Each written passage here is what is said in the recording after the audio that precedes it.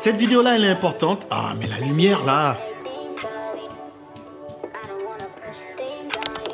Bon, cette vidéo, elle est importante parce que c'est un petit peu le préambule de ce qui va se passer après le mariage et je te ferai un retour sur l'utilisation de la Blackmagic 6K Pro avec le RS3 Pro en conditions réelles. Et aujourd'hui, donc tu vas te dire, mais pourquoi il fait une vidéo alors? Et tu sais quoi? Aujourd'hui, je vais te faire une vidéo pour t'expliquer pourquoi j'ai choisi la Blackmagic 6K Pro.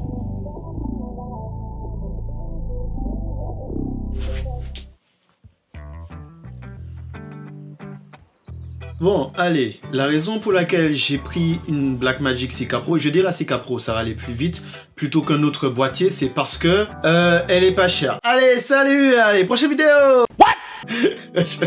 Alors, les raisons pour lesquelles je suis passé sur une 6K Pro plutôt qu'un autre type d'appareil, c'est que je vais te remettre un peu le contexte, un peu l'histoire. Je te rappelle encore une fois que je te parle de mon expérience, donc c'est pas la peine de me dire « Oui, mais tu aurais pu acheter ceci, tu aurais pu acheter cela ». Je suis en train de te donner les raisons pour lesquelles j'ai fait certains choix, donc c'est pas la peine de me donner des exemples ou de me dire que j'aurais pu faire autrement, puisque je te dis que c'est comme ça que j'ai fait. Allez, maintenant que ça c'est dit, on continue.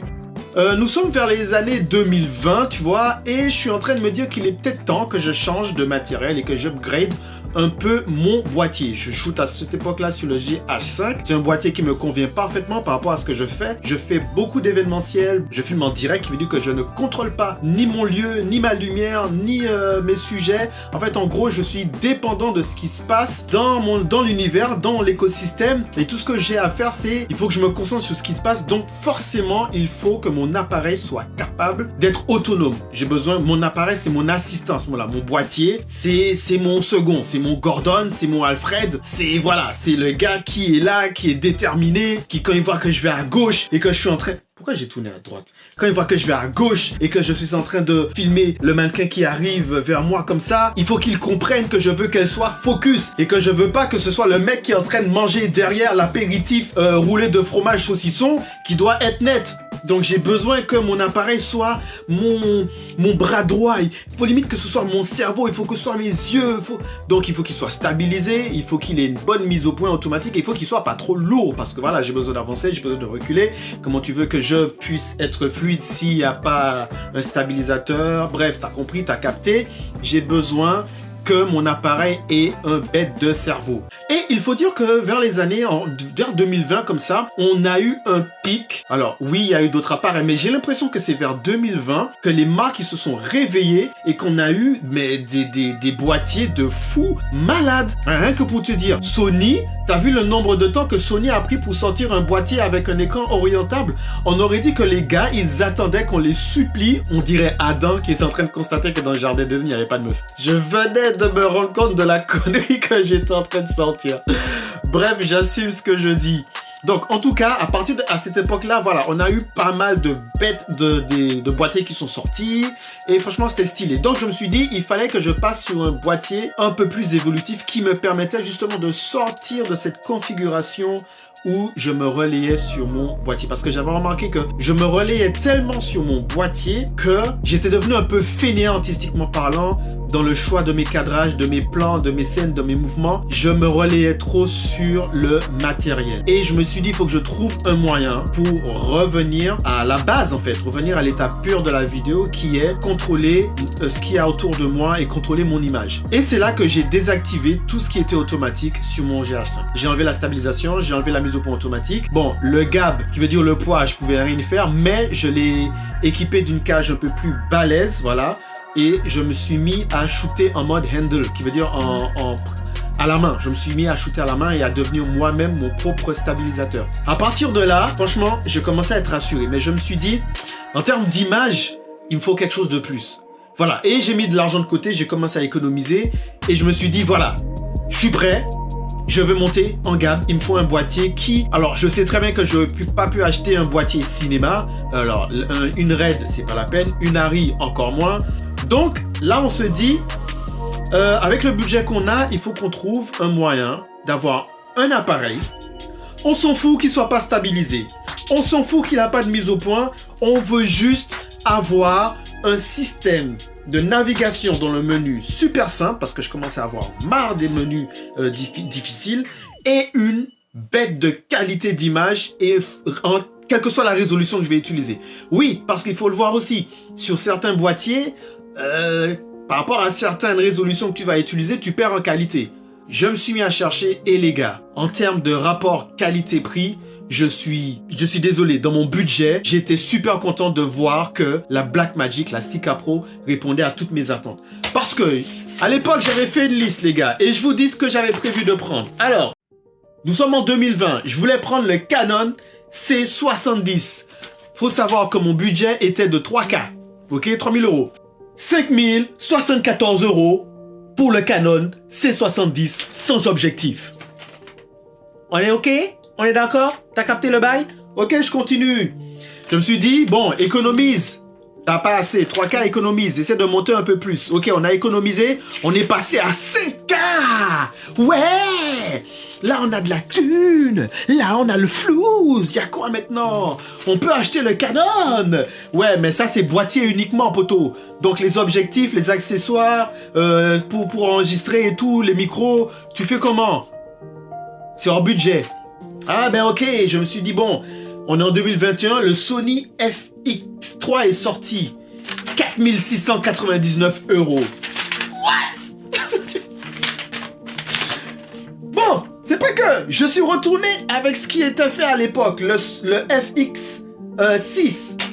6570 euros. Et je termine de m'achever parce que je me suis dit bon, prends la Red Komodo 6K. 7000 euros. Là, franchement, je sais pas quoi dire. Je sais pas quoi dire. Donc les gars, comment vous expliquer que rapport qualité-prix, la 6K Pro défie toute concurrence pour l'instant? Bon, ok. Parce que je peux vous dire qu'avec un budget de 5K, j'ai pu me faire un setup qui me correspondait de malade. J'ai pu avoir un support là. Bah, bref, j'ai fait la vidéo. Je vous la mets en description si j'ai le temps. Allez la voir. Je décris tout le matos. Mais en tout cas, rapport qualité-prix, système de navigation, résolution et qualité, pour moi, la 6K Pro, même en 2023, malgré tous les autres boîtiers qui sont sortis, répondait à mes attentes et à mon exigence. Ce qui veut dire avoir un appareil où j'ai pas besoin de mettre énormément d'argent parce que je fais une croix sur la mise au point et la stabilisation et le gabarit. C'est pas grave, ce sont pas des points qui sont si importants parce que mon but c'est d'évoluer, c'est d'arriver à pouvoir gérer des appareils, des boîtiers entre guillemets, non pas entre guillemets, des boîtiers cinéma avec une équipe autour de moi. Donc pouvoir y mettre des accessoires, des écrans, tu sais où tu peux, toi tu es là et puis tu as le client qui est là-bas et qui est en mode j'aime bien ce que je vois, tu vois, parce que voilà, tu as mis dessus un moniteur qui est en Wi-Fi ou en Bluetooth, je sais pas, comme tu veux, mettre un micro, mais pas un micro, tu sais, qui se branche en audio jack là, un vrai micro qui se branche en XLR, qui veut dire que tu peux faire du live, du direct. Bref, je voulais un boîtier qui soit fonctionnel mais dans un niveau plus élevé qu'un simple hybride ou qu'un simple appareil photo qu'on peut faire de la vidéo avec en même temps. T'as capté le délire? Donc voilà, en même temps, je fais un petit résumé vite fait pour que tu comprennes. Mon envie de passer chez Blackmagic et le choix d'avoir pris la Blackmagic 6K Pro était parce que je voulais évoluer dans ma réalisation. Je ne voulais plus être dépendant de ce qui se passait, mais je voulais vraiment commencer à contrôler mon environnement. Qui veut dire, quand j'utilise la Blackmagic, même quand je l'utilise sur une session événementielle type mariage, uniquement type mariage. Allô? Oui. Où là? Ben, je suis à la maison. À la maison? Oui. Maman sait que tu as le téléphone? Oui, elle m'a dit oui. Qu'est-ce qu'il y a? Déjà, tu dois voir ça. Qu'est-ce qu'il y a? Bon, allez, la team, je vais m'arrêter là. Je suis en train de m'exciter tout seul. Désolé pour le petit coup d'appel là. Petit problème à gérer en direct. En tout cas, pour toi, si tu veux acheter la 6K Pro, va voir ma vidéo, je t'explique les raisons pour lesquelles potentiellement tu ne l'achèteras pas. Ok. Ensuite, j'ai fait aussi une vidéo où je t'explique qu'il y a moyen de combler, entre guillemets, les lacunes de ce boîtier-là avec un autre appareil. Donc, forcément, bien sûr, c'est un autre coût. S'il y a certaines choses, voilà, si tu as la même vision que moi en termes de vidéo, sans problème, la Sika Pro, c'est un très bon boîtier. Voilà, c'est comme ça que je fonctionne avec. Après, je comprends ceux qui sont passés chez d'autres boîtiers. Encore une fois, je suis pas en train de faire de comparaison entre les différents boîtiers. Je vous donne juste mon expérience et mon avis et personnel par rapport au milieu de la photo et de la vidéo. Voilà, avec l'utilisation que je fais des différents accessoires. Ce n'est que mon avis personnel, je ne force personne. Je fais que mettre en avant les choses que j'expérimente et que je ressens. Comment je peux dire ça? Par rapport à quoi? Par rapport à ce milieu. Voilà. Ceux qui sont nouveaux sur la page, sur la chaîne, merci beaucoup pour votre abonnement. Merci beaucoup pour vos commentaires. Et vous savez, j'ai passé la journée et les 2 jours là à répondre à vos commentaires. Ça m'a fait plaisir. Ça m'a vraiment fait plaisir d'échanger avec vous en commentaire, de voir les différents boîtiers que vous utilisez. Il y en a qui m'ont donné des petits conseils, il y en a qui m'ont envoyé voir d'autres chaînes et compagnie. Bref, franchement, merci beaucoup à vous. J'espère qu'on va réussir à arriver aux 1000 abonnés avant le 31 décembre. C'est un petit truc que je me suis lancé. Voilà, je me lance ce défi-là de faire les 1000 abonnés avant le 31 décembre. Donc pour ça, je continuerai à vous donner du contenu selon mon feeling, selon mes envies, avec la bonne humeur que j'ai, avec toute ma personnalité, voilà, et j'espère que ça vous plaira. Sur ce, la Flow Family, je vous donne rendez-vous à la prochaine vidéo. Venez sur mon Instagram, c'est là que vous aurez les news en direct pour quand je relâcherai les vidéos. Sur ce, portez-vous bien et tchuss la Flow Family.